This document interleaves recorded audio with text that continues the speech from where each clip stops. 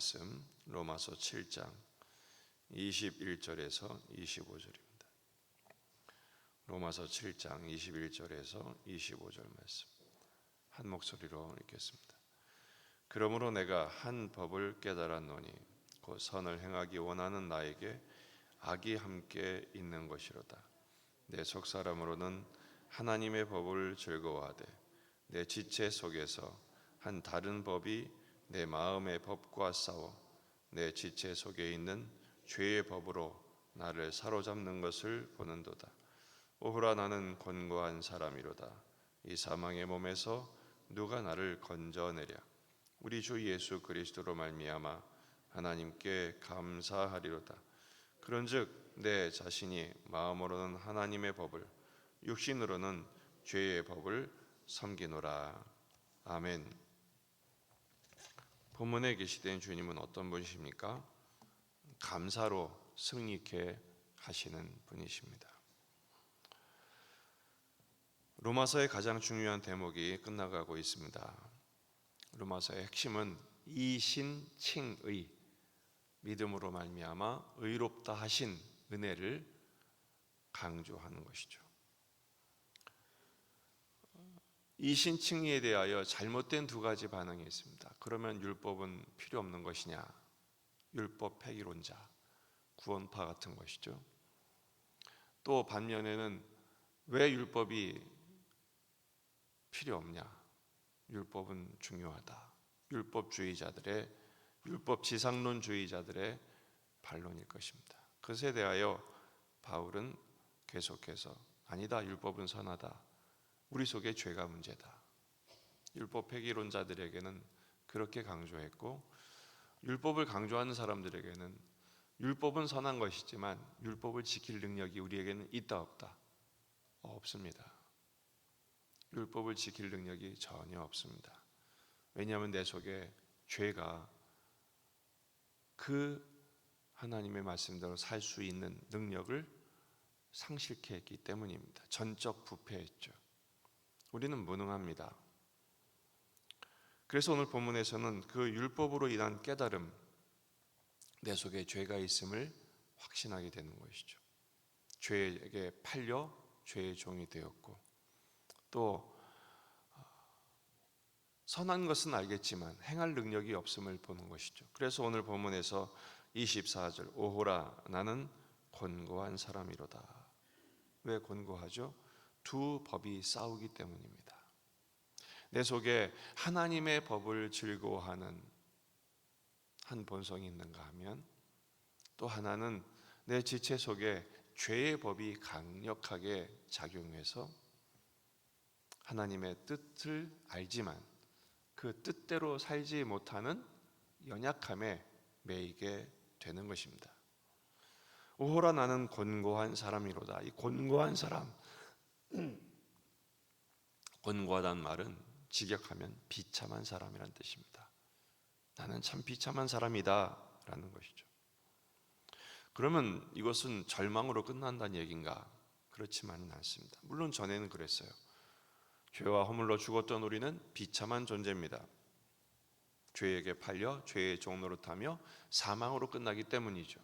하지만 믿음으로써 의롭다 하심을 받은 후에는 다른 운명이 되었습니다. 22절에 이렇게 시작하죠. 내 속사람으로는 하나님의 법을 즐거워한다. 하나님의 법을 알게 되고 그 하나님의 법이 우리에게 얼마나 큰 은혜인지를 알게 됩니다. 하지만 여전히 구원을 받았음에도 불구하고 지체 속에 다른 법이 우리를 괴롭히죠.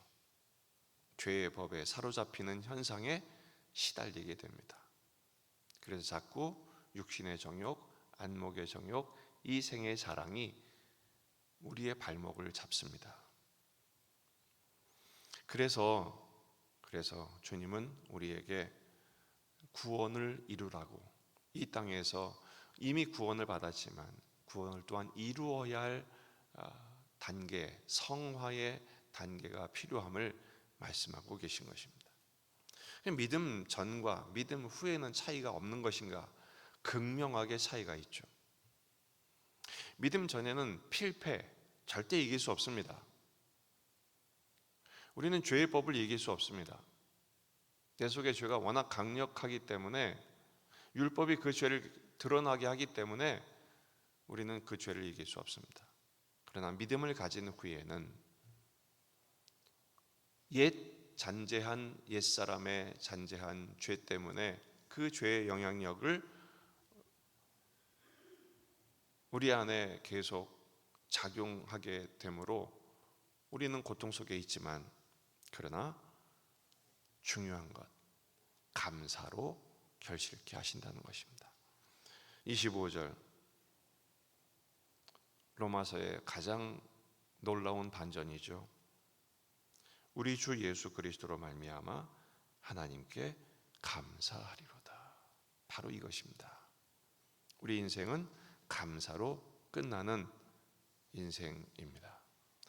이 싸움은 이길지 질지 모르는 싸움이 아니라 결국 감사로 승리케 하시는 존재요, 운명이요, 인생이라는 사실입니다. 로마서 8장 33절, 누가 능히 하나님께서 택하신 자들을 고발하리요? 의롭다 하신 이는 하나님이시니 누가 정죄하리요? 죽으실 뿐 아니라 다시 살아나신 이는 그리스도 예수시니 그는 하나님 우편에 계신 자요, 우리를 위하여 지금도 간구하시는 자신이라. 아멘입니다. 결국 이 싸움은 승리로 끝나는 싸움입니다. 빌립보서 1장 6절, 너희 안에 착한 일을 시작하신 이가 그리스도 예수의 날까지 반드시 이루실 줄을 확신하게 되시기를 축복합니다. 그러면 넉넉히 있으면 되나? 그게 아닙니다.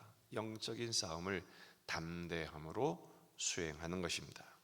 빌립보서 2장 12절, 그러므로 나의 사랑하는 자들아, 너희가 나 있을 때뿐 아니라 지금 나 없을 때에도 항상 복종하여 두렵고 떨림으로 너희 구원을 이루라. 너희 안에 행하시는 이는 하나님이시다. 자기 기쁘신 뜻을 위하여 너에게 소원을 두고 행하게 하시나니 모든 일을 원망과 시비가 없이 하라. 구원을 이루는데 원망과 시비가 없이. 이 원망은 우리 하나님께 원망하죠. 왜 이런 상황에, 이런 형편에 있게 하셔서. 또 사람 내에 대하여 원망하죠. 너 때문에 그걸 하지 말라는 것입니다. 하나님 다 이루신다. 하나님이 반드시 뜻을 이루신다는 것입니다. 오늘 말씀 두 가지로 적용합니다. 첫째, 죄와 피 흘리기까지 싸우는 싸움을 수행하십시다. 성장할수록, 성숙할수록 내 허물을 발견하게 되어 있습니다. 미숙할수록 남의 허물을 발견하죠. 네가 문제다, 너는 잘못했다, 비난하고 비판하죠. 그러나 성숙할수록 자신의 허물을 발견합니다. 나의 죄를 마이크로 단위, 나노 단위로 하나님 말씀의 빛 앞에서 밝히고 살펴서 끄집어내는 것이죠. 그러기 위해서 우리는 날마다 십자가 앞에 더욱 엎드려야 합니다. 그리고 성령님의 도우심을 간청하는 것이죠. 성령님 도와주옵소서. 나를 거룩하게 하옵소서. 신실하게 하옵소서. 진실하게 하옵소서. 그런 과정을 통해서 갈등과 고민이 반복되는 현실 속에서도 우리는 점점 예수님을 닮게 될 것입니다. 거룩하게 성화되어 갈 것입니다. 두 번째는 이 구원의 확신을 선포하며 사는 것입니다. 감사로 끝나게 하신 하나님의 은혜를 자랑하며 사는 것입니다. 그럼에도 불구하고 구원하심에 대한 감사, 이 복음의 은총과 능력을 증언하며 사는 것이죠. 사명을 감당하는 것입니다. 땅끝까지 이르러 내 증인이 되라. 이 복음의 증인으로 사는 것입니다. 나는 자랑할 것이 없지만 내게 베푸신 은혜가 얼마나 큽니까? 이 은혜를 증거하며 사는 것이죠. 여러분, 그렇게 될 때요, 항상 기뻐하게 됩니다. 계속 기도하게 됩니다. 범사에 감사로 끝나게 하십니다. 베드로와 요한의 증언을 다시 한번 우리가 확인합니다. 나사렛 예수 그리스도의 이름으로. 은금은 없습니다. 여전히 형편은 어렵습니다. 그러나 우리에게는 나사렛 예수 그리스도의 이름이 있습니다. 이 이름을 확신하시고 자랑하시고 증거하시는 복된 날이 되시기를 주의 이름으로 축원합니다. 기도하십시다. 말씀을 붙들고 우리 자신과 가정과 교회와 이 지역의 복음화, 민족의 복음화, 세계의 복음화를 위해서 기도하십니다. 오늘 또 교사 컨퍼런스가 진행이 됩니다. 우리 교사들을 위해, 교육자들을 위해 기도해 주시길 바라고요. 또 우리 환우들, 군에 있는 아들들을 위해서 계속 기도하십니다. 다 같이 기도하겠습니다.